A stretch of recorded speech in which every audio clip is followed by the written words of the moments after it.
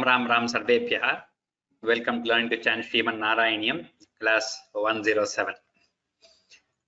Gurureva gatir gurumeva bhaje, gurunaiva sahasmi namo gurave, na guroh paramam shishurasmi guroh, matirasti gurau mama pahi gurom, Shri Kanto matulo yasya janani sarvamangala, janaka shankaro devaha, tam vande kunjarananam, पीताम्बरं करविराजित शंख चक्र कौमोदकी सरसिजं करुणा समुद्रं राधा सहायमति सुंदर मंदहासं वातालयेश मनिशं हृदि भावयामि. Ram Sarvebhyah. We shall continue with the pronunciation, today being 23rd. Today's whole session will be in pronunciation only. Next class, maybe some for 15-20 minutes or half an hour, we'll have pronunciation. Then we'll continue with our Narayaneeyam classes, the shlokas as usual from Dashakam 61. In the last class, we started off with Mahapranas and what are Mahapranas, Alpapranas. Then we went on to many others. What are the Vargas, where they originate. We saw all of this. We saw the Nasika, the nasal letters, how to pronounce Nanyanamana. We saw how to pronounce Phakara. Then we went into the difference between Shiva Sha, Shanmukha Sha and Saraswati Sa.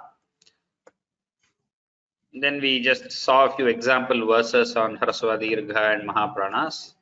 Then we saw the Ayogavahas, the four of them. We completed the whole of Anuswara. Now we have to start with Visarga, Jikhva, Mulya and Upadhvaniya. We have to see. So those are aspects 3, 4, 5 and 6. So in Anuswara we saw a lot of rules. What is the Anuswara, and then how these Anuswaras are used in writing, in pronunciation, how they change when other letters follow them, when other letters do not follow them. All this we saw with the help of examples from Narayaneeyam itself. So Anga, Pancha, how the nasal letters, the nasal Vargiya letters, how they come into play here, and examples in Narayaneeyam again. And similarly, how they change, how there are optional changes for Anuswara, and how we can tell it as Makara also. So these are all rules for Anuswara. These are all aspect number 3. Then we had gone into Visarga. We had just begun Visarga. Visarga is these 2 dots. These 2 dots are known as Visarga, and we saw some rules how Visarga is pronounced, and whenever it comes at the end of a word, it usually comes at the end of a word. Very rarely it does come in between, like words like Dukkha and so on. It does come in between the word, but there are other reasons for that. But whenever it is always preceded by a swara, it is never preceded by a vyanjana. Swara meaning vowel and vyanjana being a consonant. Visarga is always preceded by a swarakshara. So it is either aha, ihi, uhu, ehe, something like that. So the whatever is the pronunciation of the swara, the same one reflects in the visarga also. That is what is visarga. So it manifests itself in different ways. That's why it's also known as Visarga. Then we saw the 9 rules, that 9 changes that could happen to Visarga. It is kind of not very easy to remember these 9 things, but practically it will come about. As we keep reciting, we get to know what happens.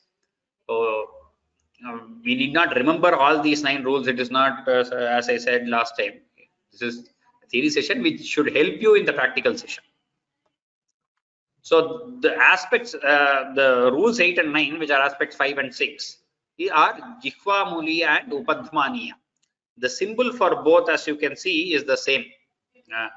There is this symbol used, but it is usually not used in any printed text or anything. The Visarga is just there, and it is more of a vocal sound that has to be practiced other than any symbol that exists there. Okay. So we will see, today we will be seeing how to pronounce both Jikhva, Mulya and Upadhvaniya. So we shall go through all these 9 rules today in detail.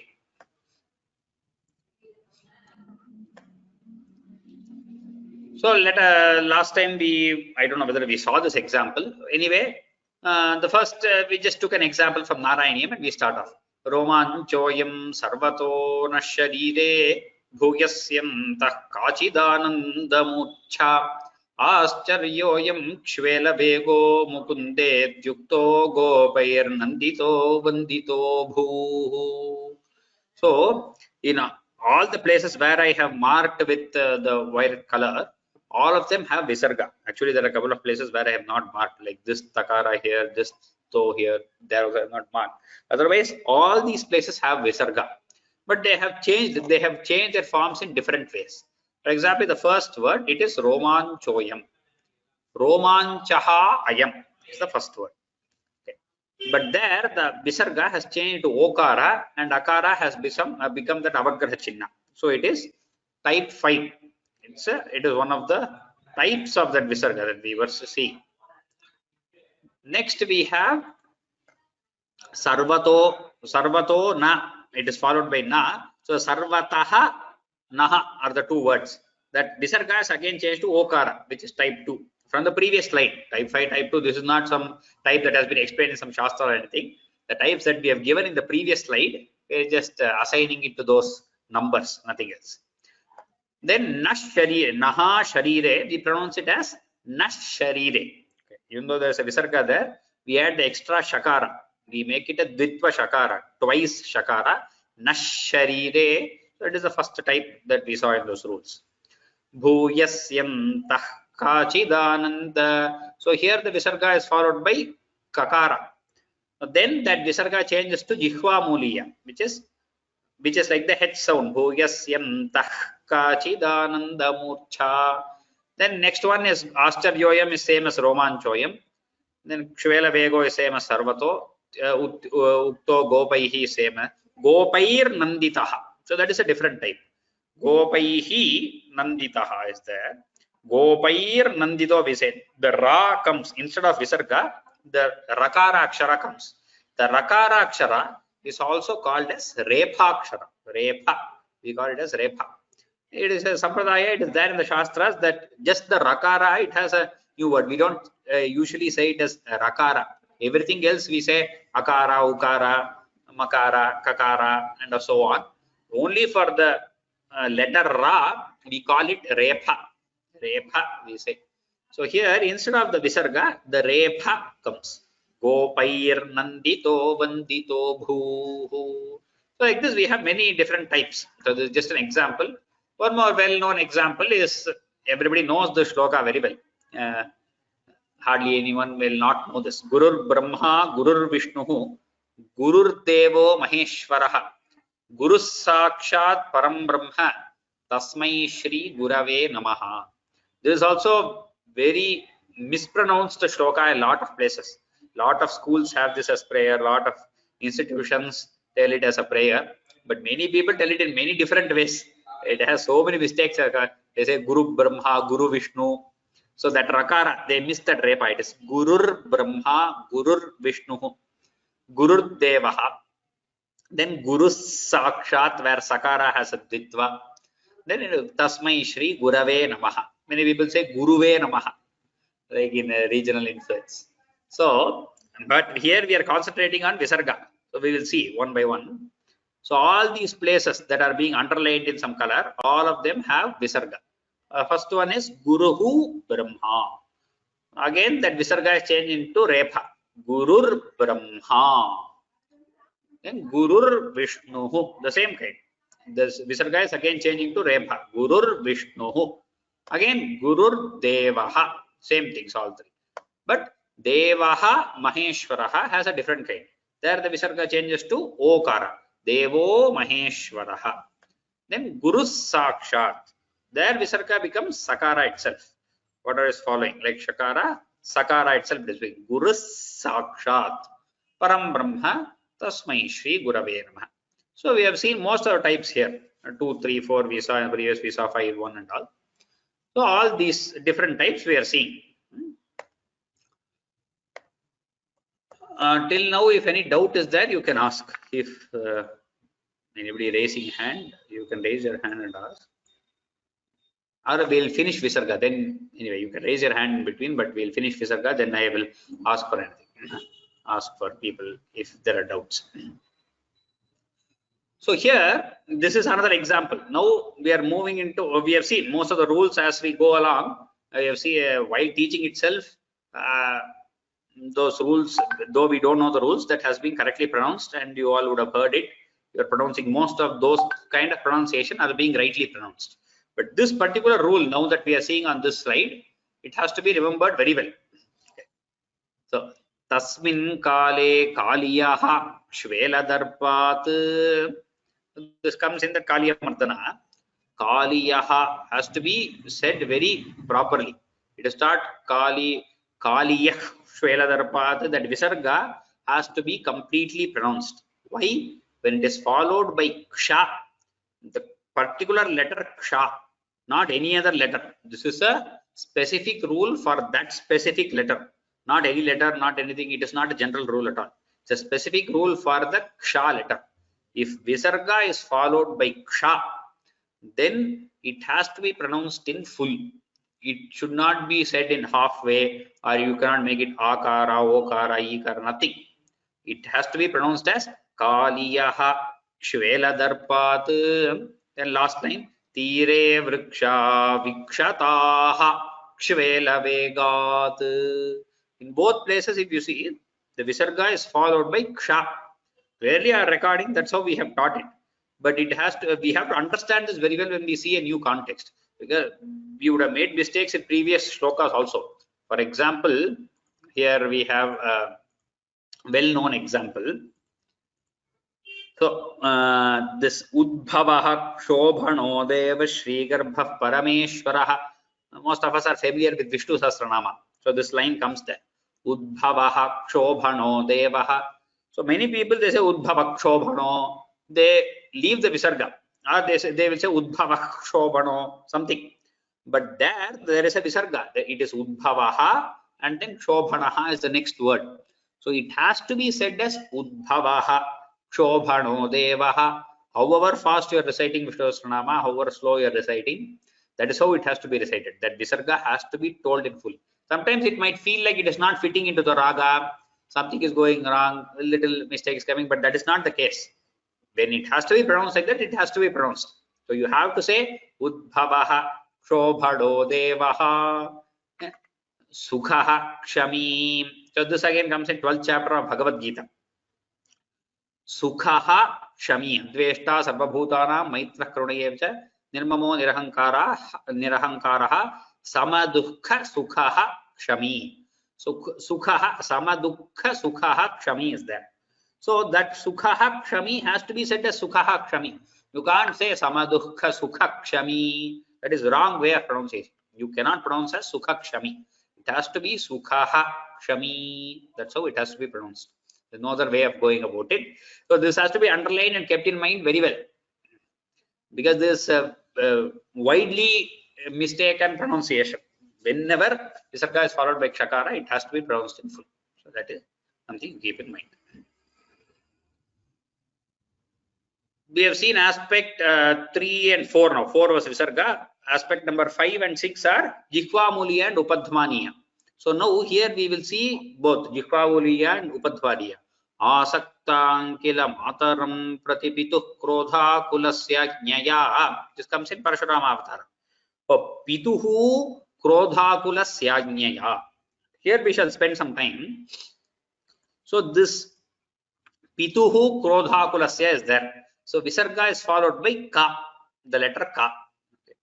So here this Visarga has to be pronounced like the letter H in English. So anywhere that you come across this, even in the while teaching in the book or something, you probably can mark it down that it is we have to pronounce it as H, because that is how our elders and my mother and all used to teach. Whenever she also teaches all the students in the book, you have to mark it down, or else next day when you recite, you will not remember, you will not know how to say that, or you will pronounce it wrongly. So you have to put that H there, like I have put here. You have to mark it down there, so that when you read it, it comes out that way. Pituh Krodha Kulasya Jnaya. Pituh krodha. Assume there is no visarga, there is a letter H over there. How would you say it? How would you say H and then letter K? That's how you have to say. Pituh krodha kulasya. Any time that visarga is followed by kakara, that's how it has to be pronounced. The next one is upadhvaniya. Bhumih prapa virinchamashritapadam devaih puraivagataih. This is Krishna Avatara. Bhumihi prapa are the two words. Note the visarga is followed by pakara. Pa. This visarga is what we call as upadhvariya. This is called jihva muliya. The first one. This one is called jihva muliya. This is called upadhvaniya. So this one has to be pronounced as bhumi prapa. So usually at the very beginning we ask people to mark it as F sound. F sound. So even though this does not exist in Varnamala, we ask them to mark it like that. But F is also not the correct way of saying it. For example, when we say father, our teeth touches our lips. So that is danta and lips both are involved in the pronunciation. In the pronunciation of F. But when we say bhumi prapa, the teeth cannot touch the lip. What should happen is the air should just be blown out through the lips. It's just like oof. When we say oof, we don't do anything else. So like that, when you're saying that visarga, it just has to be bhumi prapa virinchamashritapadam devaih puraivagataih.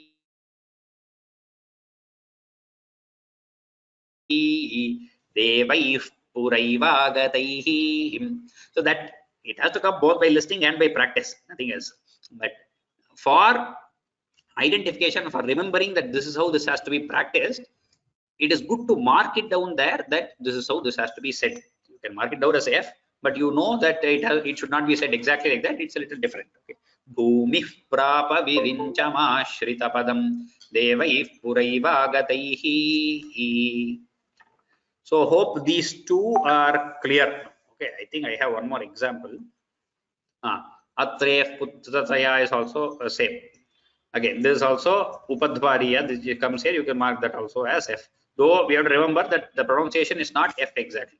The pronunciation is this thing. Okay.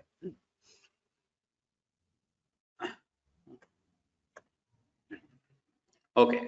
Till now, if there are any doubts, I can see some hands have risen. So,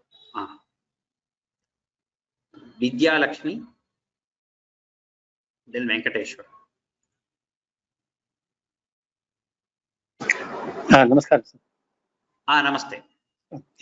This we are taking whatever you have told about this ksha. You have to pronounce visarga fully before, yes. Even if it is half ksha or full ksha.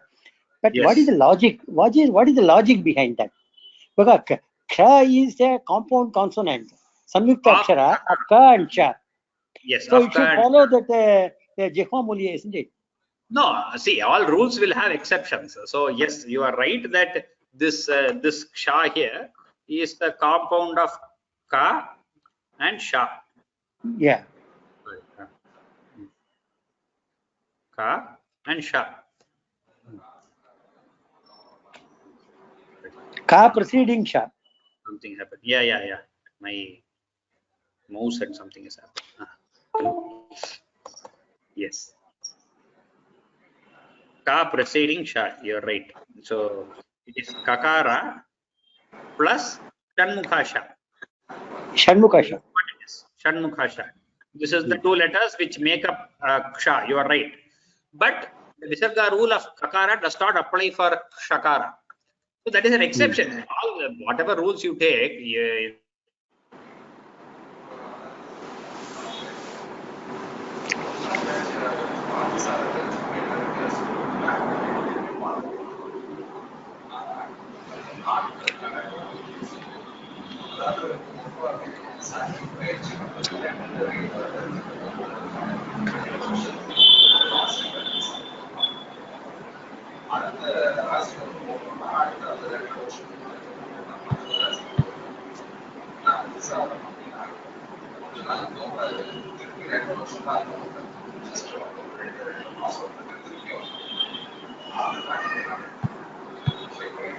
Hello.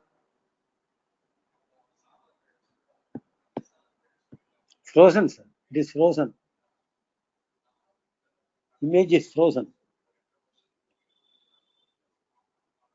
Something it was lost in between. Ram Ram Yes, yes. Venkateshwaram.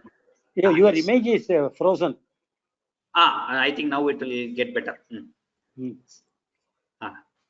So in So I Rudram also hope you it, understand. There's an exception in that Jikvamulya rule. That's all. yes, see, in Rudram it will come specifically in Rudram before aha ksha. We fully pronounce this visarga So before if ksha. it is there like that in the here itself, in Vedas, it has to be like that. There is no doubt. Yes. That is how it has to be. Wherever it comes, whether Okay. it is prose, the poem, or anything, it has to be pronounced like that one. Okay. Thank you, sir. Vidya Lakshmi, I had unmuted you. I can't see you anyway. S.R. Valluri, then Ram J15. Namaskaram. Sir, Visarga followed by either full ksha or half shwa is Visarga to be pronounced fully. Hello?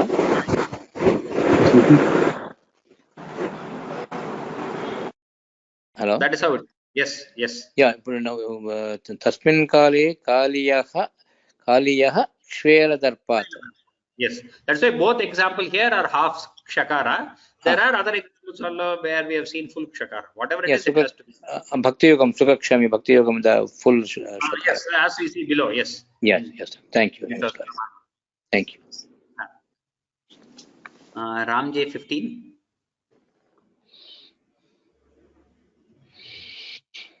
Ram J15, Jo and then Jyoti Shanai.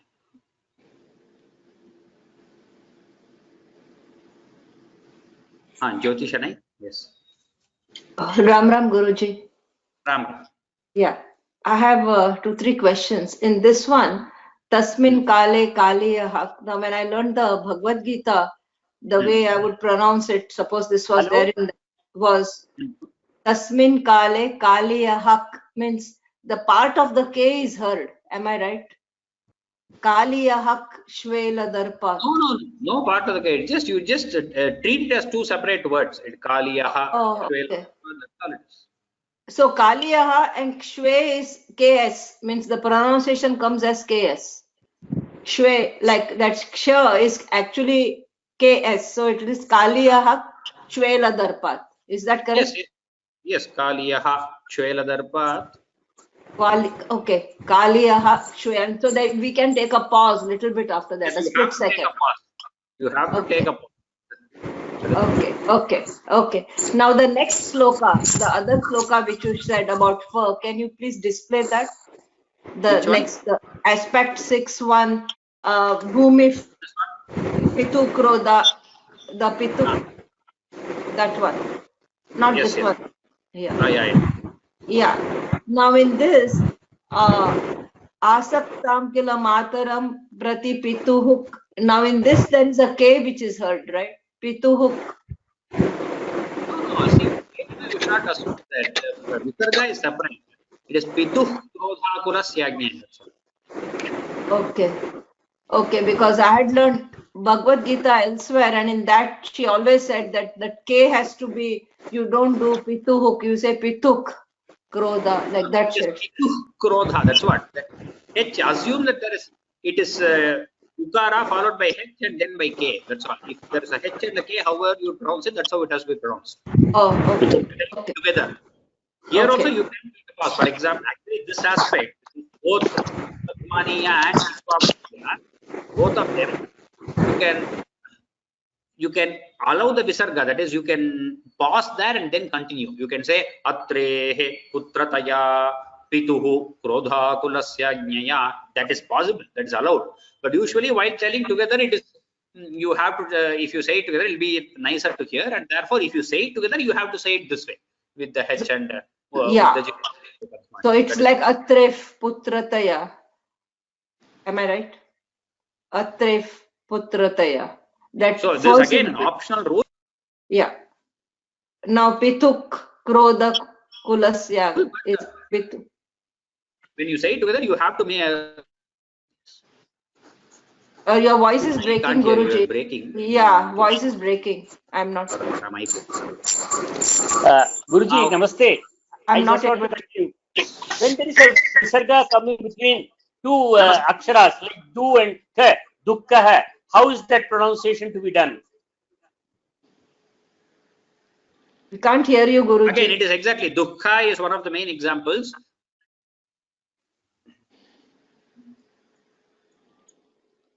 Not able to hear you. Ram, can you hear? It is coming in bits, not continuously. Ram. Okay. Wait, let me just see 1 second. Now okay. Okay. I think now it should be better. So here you are asking Ramjay, you are asking dukkha, the word dukkha. The visarga is followed by ka. Either mahaprana or alpaprana. There it is mahaprana, dukkha. There also it's again same. The jihvamuliya must come there.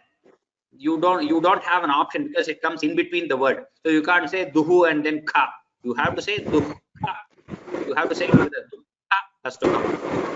There also it's again the H sound has to come. Okay. Dukkha. Huh? Dukkha.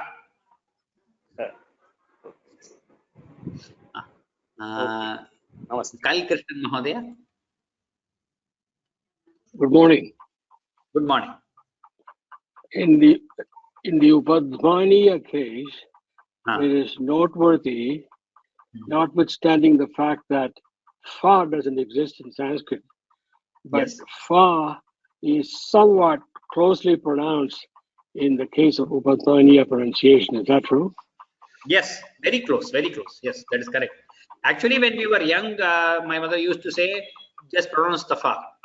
Only later we learned that it is not exactly fa, but very close.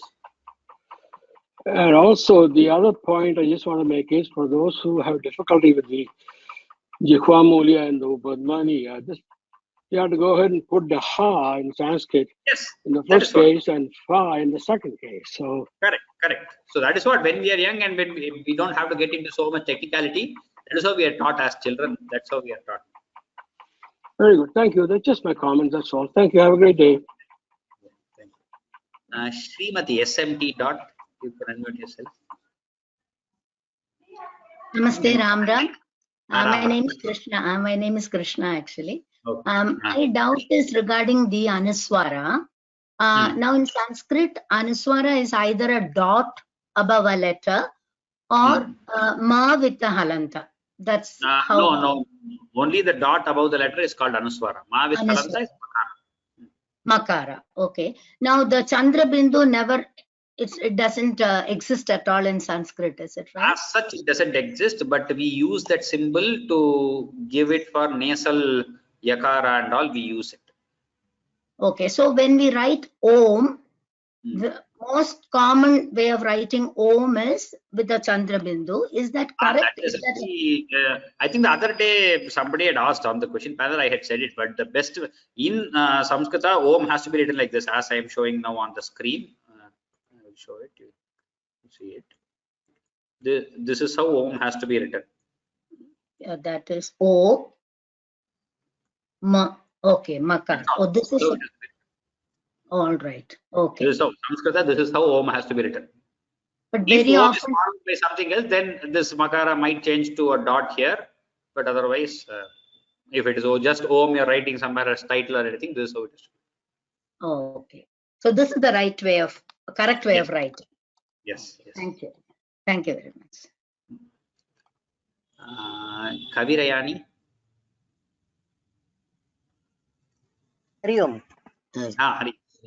Yeah, this is not about the Visarga. I missed the last session. I was wondering if you broached the topic of Anuswara followed by Rakara.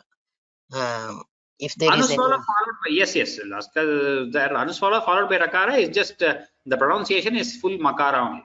The simple Tam Ravanam, that's all. There is nothing. There is no nasal Rakara. Only for the other three, Ya, Va, La, we have nasal. So We did you don't have did you finish the nasal yavala? Yeah, that is there in the last class. You can see the Yes. recording. Okay. Thank you. Dhanyawada.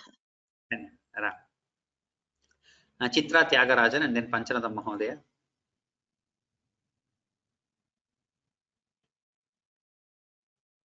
One of you can mute Chitra Tyagarajan. Oh, I yeah.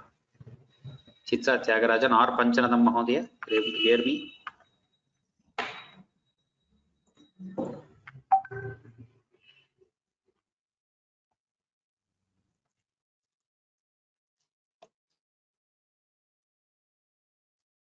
Hello, can you hear me, sir? Yes, I can hear you now. Yes. Okay. Regarding this Upadmaniya and Jihva Moliya, there is a slight expulsion of air should be there, isn't it? Jihva Muliya.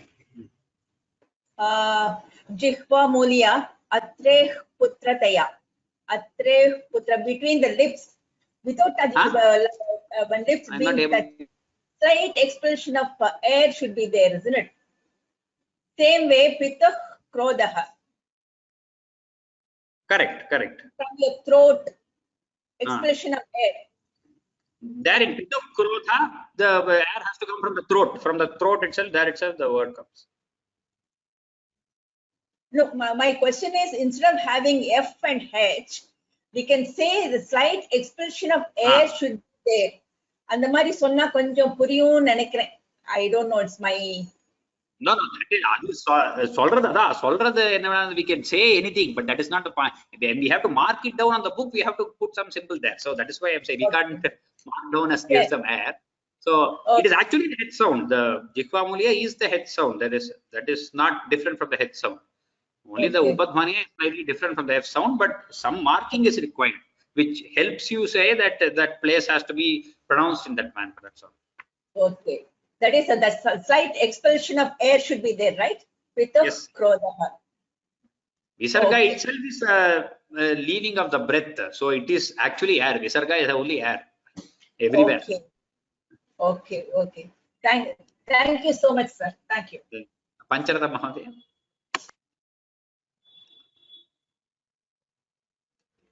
Then Jawahar. Panchanadam Mahodaya, I'm not able to hear you. Jawahar.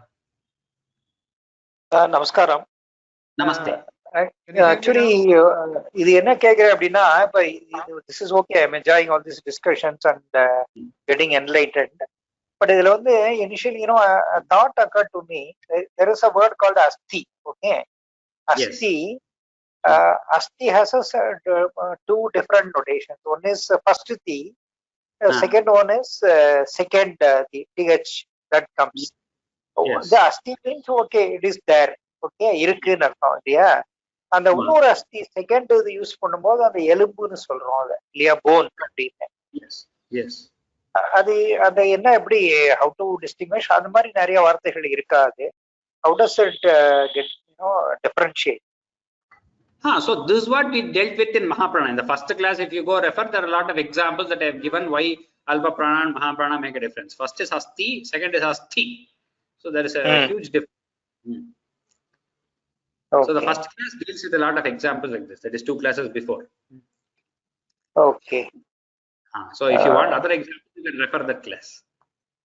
Okay, ji. Thank you. Alpa Prana, Mahaprana makes a huge difference everywhere. We'll see a few more here now with regards to Usha, but that makes a huge difference. Asti and Asti are 2 different things. Okay. Pronunciation differs very well. You have to show the difference in pronunciation. Okay, ji. Dhanyawad. Can you hear me, Swaminathan? Yes, Ram. Okay, I had some issue with the sound. So, okay, I think most of the questions people are confused because there's so much literature, like Om, for example, so badly written throughout, and they get confused with Chandrabindu and this and that. So it's very hard for them. So you're right, you clarified it. In coming back to the Upadmaniya and this Jyotishana's question on Pituhu Krodha, because they are reading in English. And when they are reading in English, the way you have to teach them in English, because we are teaching in Devanagari. So because I'm attending some classes in Bhagavad Gita, right? most of them, 90% of them don't know Sanskrit at all. They read in Kannada, they read in English. So yeah, we are actually, trying to make this. languages are fine. English and Tamil are to be avoided. Right. So that question she was asking, ha, pituhu, P-I-T-U, and then they put a, I don't know for Visarga what they do, they may already put a H there, pituhu. So in that case, it's already built in. Pituhu automatically, it comes built in there. So I can see the, the confusion here. Upadmaniya and Jikhvamoliya, I think, said it, it is Atre, at that time when it is Ekara is there, you have to use a different, this one. On the other hand, boom, if, so you have a if there, if. So it is, it's very hard to put it in this screen. I understand. So that is why I just underline and I keep pronouncing it again so that you get it. Yeah, you have to, Shiksha is more important. More importantly, is it better that don't use Jikhvamoliya, just make it, Atrehe, Purataya, Putrataya, Arpituhu. Find it easy, that's fine. But again, it gives a break in the meter and it won't, Shravya, the aesthetic goes on. Right, I know. Beautiful when you say the Jikhvamoliya Rupatmani. Right. And then coming about to the mistake with the Visarga followed with the Ksha, I'm also guilty of making mistake because you are reading it faster. You just do, especially Vishnu Sahasranama. We have to remember, so that's very much true. This one is clear. Even though I studied the Ashtadhyaya rule, they have to say it, but I'm still not justified. What makes the logic behind it? They say, okay, we put the rule there, you have to follow it. But is there a signal? Because Venkateshwara Rabala asked, there is a kakara there. Why not use the Jikhvamoliya? It fits in very well, even though there might be an answer. So I don't know the answer. There might be a discussion in the Mahabhashya or somewhere. We have to go deeper into why Shakara has that. So maybe if you can ask, if you attend Soumya Bhagini's class, you ask her and she will give you a more convincing answer. Because that automatically there will be human tendency put Jikhvamoliya there. But that's what I mean. There are certain rules like this. They say don't ask, Mahavakya Pramana, but it's Muni Vakya Pramana. They simply don't question that. But this is my question. I just turned it in. So this confusion is happening because people are reading in different languages, and they get confused with this one here. Yes. That's all my comment on this. It's great. The lessons on this is great. So it's like learning the fundamentals again. You develop bad habits of saying it. You go back and say unlearn some of the bad habits. So thank you. Dhanyawada. Dhanyawada. Parthasarathi 356. Parthasarathi. You can unmute yourself. Okay, or else we'll just go forward and then we'll come back to that again.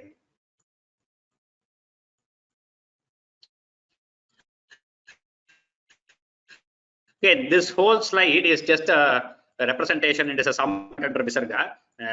As I said, you don't have to remember any of the slide, and we will be coming up with a Sandhi product that hopefully it releases next within a couple of weeks. We are coming up with a self-learning product. This will also be a part of that. So some of you who are interested, who got interested into some aspects of pronunciation or some other things, listening to this, you can go sign up for the product later when it is released in a couple of weeks. It's a completely online product. There you will have all this. So this technical aspects I will not touch now.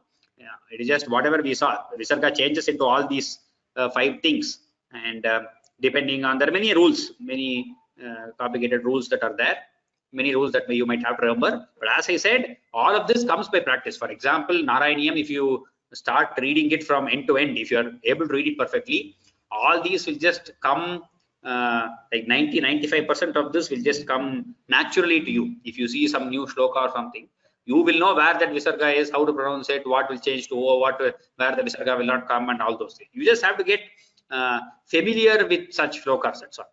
So all these rules are there to, in Vyakarana itself, we say, Prayoga Sharanaha Vyakaranaha.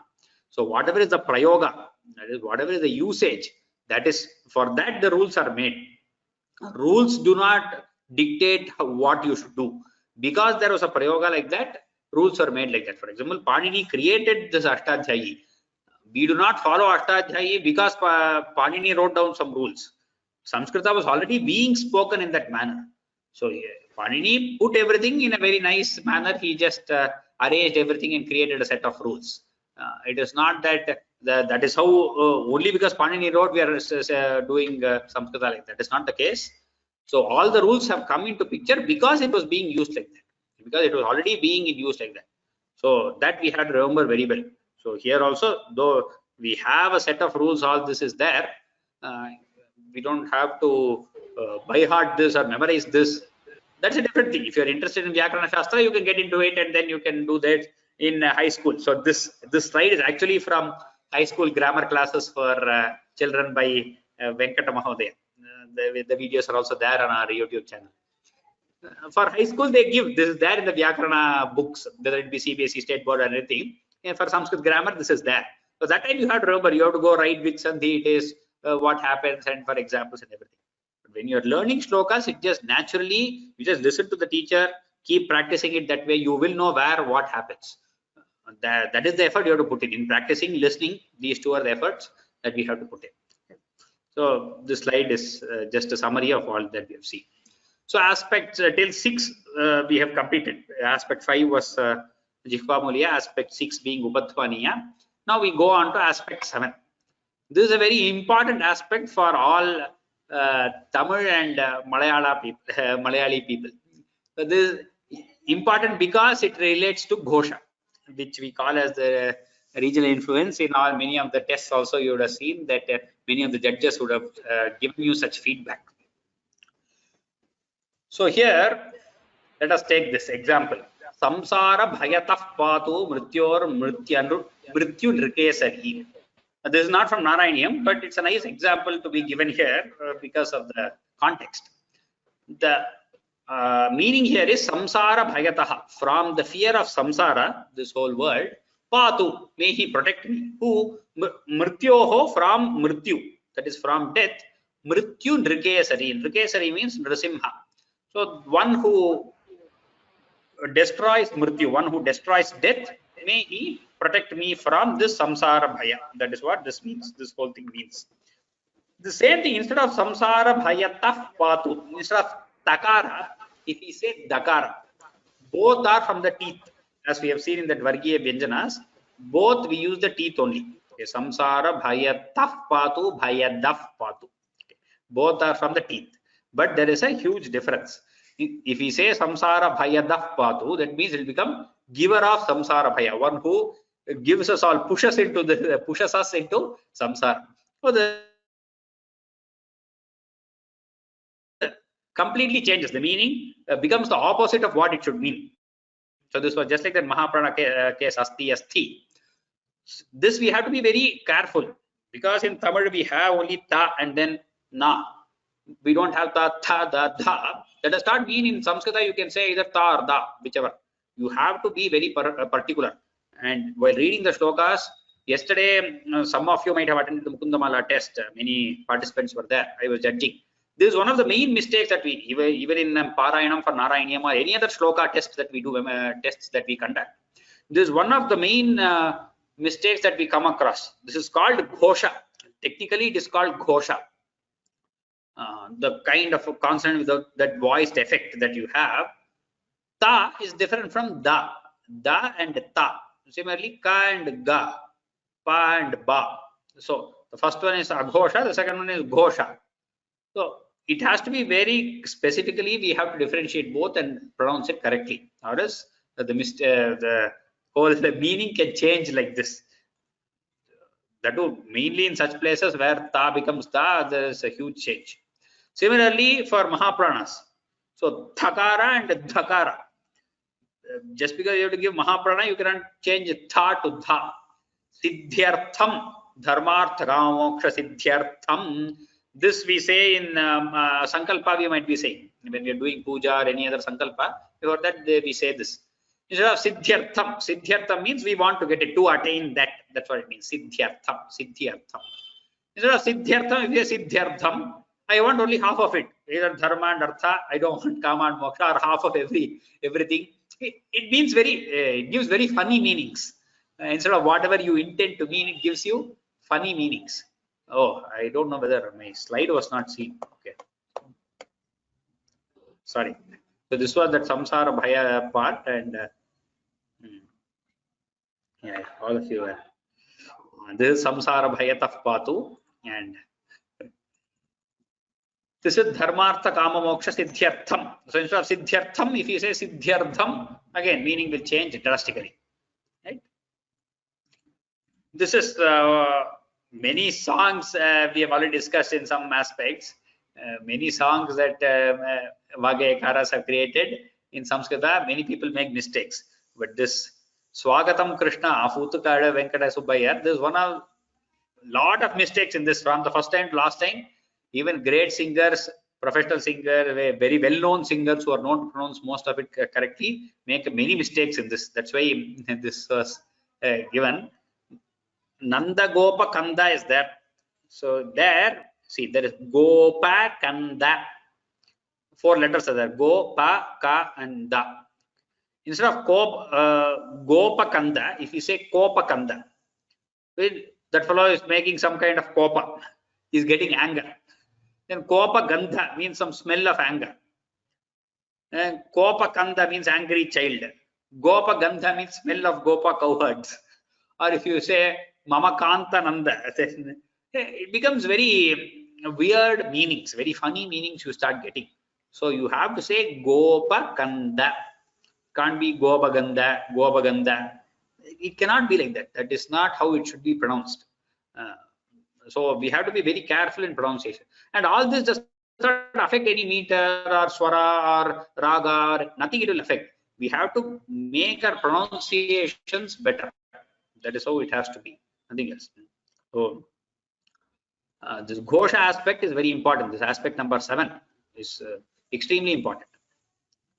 See, actually, So, most of the singers, they don't know Sanskrit, especially Dikshidhar Kritis, they kill it. Very famous singers, Sangeeta Kalanidhis, they kill it. So, I mean, yes, you're right. Because they don't, when the teacher teach them, they don't teach this aspect. They have to pronounce the meaning changes. Yes. So it does matter. So this is something that we have to keep in mind. So this Ghosha, so these are the 2 letters. So you see here, all the Ghoshas are, all the swaras are Ghosha, I, E, till, A, I, O, Au, all swara, all the vowels are Ghosha letters.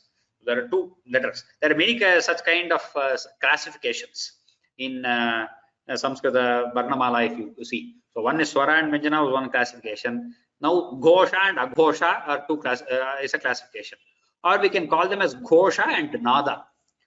So Ghosha letters are those all swaras, and then third, fourth, and fifth letters of the Vargiya Vyanjana. That is Ga, Gha, Nga, Ja, Ja, Nya, Da, Da, Na, Da, Dha, Na, Ba, Bha, Ma.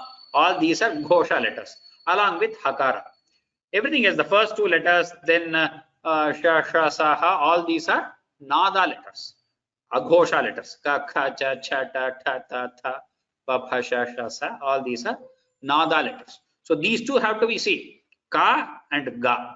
The difference is clearly seen when we hear closely. The difference is clear.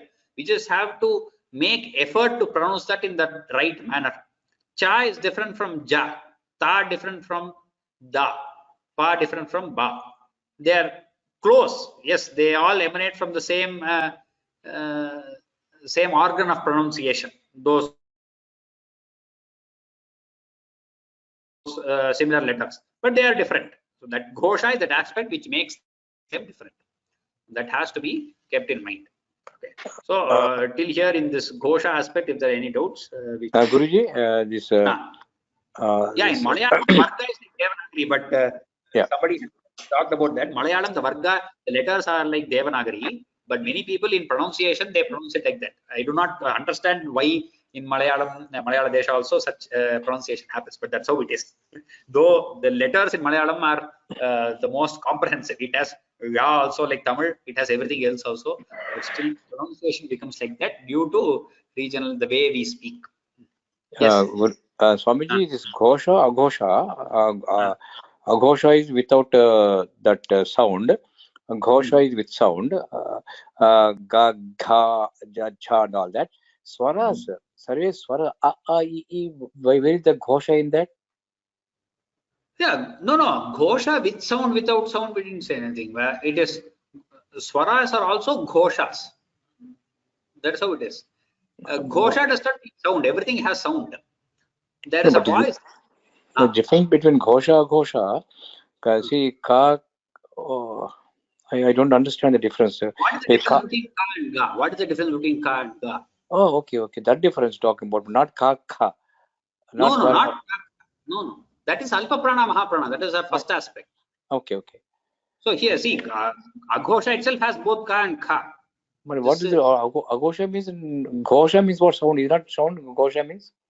That difference between ka and ga is the ghosha. That is also not. It is not something that we can define. That vocal aspect which differentiates ka from ga is ghosha. Thank you, sir. Okay, thank you. Thank you, Anand. Anybody else? Radha? Anybody else? Those who won't have questions, please lower your hands. Radha and then Lali. Hari Om Guruji, I'm Lalita here. Yes. Yeah, I just have one doubt in that Visarga part with that fifth aspect that you had said with the S mark. Sometimes there are double S that comes. So do we, extend the sound? No. S mark. That S mark itself is not necessary. It is not a part of Samskrita phoneme or anything. It is not a part of Samskrita this thing. That is just given as an indication that there was an akara there. The double S comes in when there is a sandhi between two akaras. Some people put double S. So that just to show that there was an akara there. There is no pronunciation for that avagraha chinna. It is called an avagraha. That is there. That is recent invention actually. Within the last 100 years, if you see books, you will have that. If you see older books or manuscripts, that will not even exist. There's nothing like that. Okay, so it's just O. Okay. Yeah, it is just O. Yeah. Thank you. Since books have that, we have given it as a different type. So actually the same type as that other O. Thank you so much. Others, Jawahar, Jyoti, Shanai, do you have questions? Hello, good morning again. Yes, good morning. Yes. Even in English, it'll be the easiest way to realize the pronunciation problems is take the word bowl versus bowl. So it is mispronounced in India, for example. Bowl is the bottom end of the lower intestine, whereas bowl is what you eat cereal with. So if you don't pronounce it right, you got real problems. Yes. And even now in India, it's mispronounced. And as far as the Malayalis are concerned, I lived and learned Malayalam for 16 years in my childhood. And those letters are exactly the same as Sanskrit with additional letters. Correct. And the reason they pronounce the way they do, they're just sloppy. That's all. Very sloppy when they combine it and miss letters and just mispronounce just for the sake of it. I mean, as if to help them speak fast.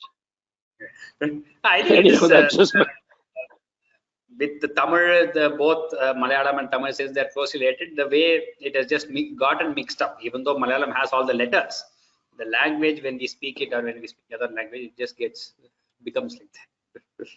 Yeah, exactly. Anyhow, thank you. I just want to make that comment. Thank you. Bye-bye. Yeah. Namaskar, sir. I have one additional to this. You just said it. It is the training to speak. Whether you speak Tamil as Tamil or Malayalam as Malayalam. Even though Malayalam has got all the phonetics typed in, they may not use it where they are supposed to use it. So it is the fault of the speaker, not the language. Not the language. It's just a question of same thing. English, he gave an example, right? If you learn it properly, you will write properly, you will say properly. Yes. So it is the word sloppy, right? It's correct because they don't correct it, and then your mom and dad are supposed to correct it as a child growing up. Don't spell name. My mother used to correct me. And the mari pesa padadra. You have to use the correct person. Why alamin வந்து பேசுறது அப்படி சொல்லுவா. So that's a training. Now you are giving the training. It makes us realize it. What are the grave mistakes we make when you say the verses? And if people don't point out the mistakes, it stays with you, becomes a bad habit. So, I mean, in terms of the goshas, and this is a very serious problem, the one you're saying it, because this people make more mistakes than even Alpa Prana, Mahaprana. Of course, they're all dependent on each other, right? Between Ka and Ga, there are two Gas, and you have to say the two Gas, one is the Alpa Prana, the other is Mahaprana. But within Ka and Ka, there is one here, right? So the sound matters, the whole thing. Of course, we also give the example of Kumbhakarna, how he misspoke and he got the curse, right? So, anything you have to learn properly. Shiksha is important, and based on individual, discipline, they say it correctly. And this class is the most important among all your Narayaneeyam teaching, because this comes in very useful in wherever you learn.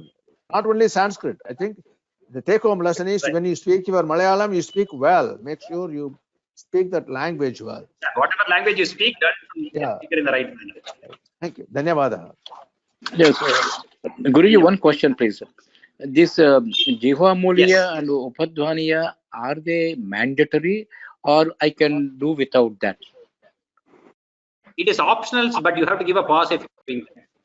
For example, Atrehe, Putrataya, that's how you have to say it. You do it like Shakara. Is it okay with me if I don't use this? Okay, but as I said, the beauty will be lost. Beauty will be lost. Okay. I understand that. And second thing is that F is not in the Varnamala, but you're asking us to do here in yes, it is called the Upadhvaniya. It is not F as it is. App to the lips. Okay. Thank you, sir. Thank you very much. Dhanyavada. Guruji, I have a question which I have not asked because Ram Guruji, can I ask the question? This is Jyoti. Yes. Yeah, because that time I got because of the audio problem I got muted and Venkatesh interrupted me. Yeah, so he interrupted twice, so I could not ask my question. Regarding, I can ask from this also that Bhumif Prapa Virincha Mashrita Padam. Now in that na, like in this Ghosha na and that na, how do you pronounce that, these two nas? Like the Ghosha, that na, like Virincha Mashrita Padam. Now in that na, like this is in the Ghosha, that third last letter na, and in the second line, fourth letter na. So how the pronunciation is coming same to me? No, both are not same. You are pronouncing it correctly, and both are not the same at all. So I said, I think I told this in the last class also. That is nya. This is na. Okay. Cha, when you say, you cannot say na. Then it becomes virincha. You cannot say it. It's very difficult to say it that way. It is virincha. Okay. I got that. And what is the meaning of Dvitvam? Dvitvam means what? Dvitva means doubling. Oh, okay. Means when the two letters are doubled, like written, joined together. Same letter is stressed upon twice. For example, nakara, nakara, tanna. For Dvitva, that extra stress on the letter, extra pause on the letter is called Dvitva. Dvitva. Okay. Thank you, Guruji. Thank you. Okay. Guruji, just one small thing. Where are these recordings being available? In which site it will be there? All those are in YouTube or vyoma-samskrta-pathasala YouTube channel. Or in this course video itself, will it be there? Course page also it is uploaded. Course page also on the left side is there. Class number 105, 106, 107. Very, very useful. Thank you. Okay, if anyone does not have any questions, we'll just give an introduction to the next one and then we will stop. Next is Gunitaksharani. So next we have aspect 8 is Gunitakshara, aspect 9 is Samyuktakshara. Gunitakshara is a simple, very simple concept. It is Vyanjanam plus Swara. Consonant plus a vowel is called a Gunitakshara. As we have previously seen, any consonant cannot be told without the help of a Swara. You cannot say just a consonant. It is practically impossible. None of us can just say a consonant. So consonant is always followed or preceded by a swara, something, or a set of consonants can be followed or preceded by a swara. So here Ramaha is a simple word. The first letter Ra is followed by Akara. A is a swara, Ra is the consonant. And Ma is followed by Akara and then by Visarga. Ramaha is the word. There are two consonants, two vowels and one Visarga. This is how the whole thing is. So all words can be split in this way. So anywhere when we say Ra, it's a Gunitakshara. Vyanjana is the R is the Vyanjana and then Akara is the vowel. Maha, when we say Ma is the Vyanjana, A and Visarga Swara and Ayogavaha themselves. Okay, so that is Gunitakshara. You just see the slide. Next class we will take any other questions. We call, okay, it's called Gunitam in Telugu. Yeah, in all languages it will be called the same. It would have been taken from Sanskrit only. So it will be called the same in any language. As we can see on the slide, it just is like when we start learning Sanskrit or Hindi, this is how we are taught. So there is a symbol for each swara. We add that symbol to that particular consonant that we are going to use, and then it becomes, we are able to spell out that consonant. Ka, cha, ki, ku, chu, chiru, chiru, chai, cho, chau, kam, cham, kaha, everything. All these are that swara is there and then chinnam is there. We all know this, but this is all these are Gunitaksharas. You see that Purnakshara on the right that we have given, all these are Gunitaksharas actually. They are Gunita. Gunita means to add. What are we adding? We are adding a consonant and a swara. A consonant and a vowel. Both are being added. Both are being joined together for us to pronounce. So we will stop here and we will take up in the next class. We will go through Gunitakshara and then take doubts on Gunitakshara. There are many more slides on Gunitakshara to read that. Then Samyuktakshara, and one more aspect is that 10 aspects of pronunciation. We'll get over, I think, halfway through next class. Hopefully we finish, and then we'll see a couple of shlokas. We will start off in the 61st dashakam. We will start next week. Ram Ram Ram Sarvebhyah. Narayana Akhila Guru Bhagavan Namaste. Agrima Saptahe Shanivasare Dakshe.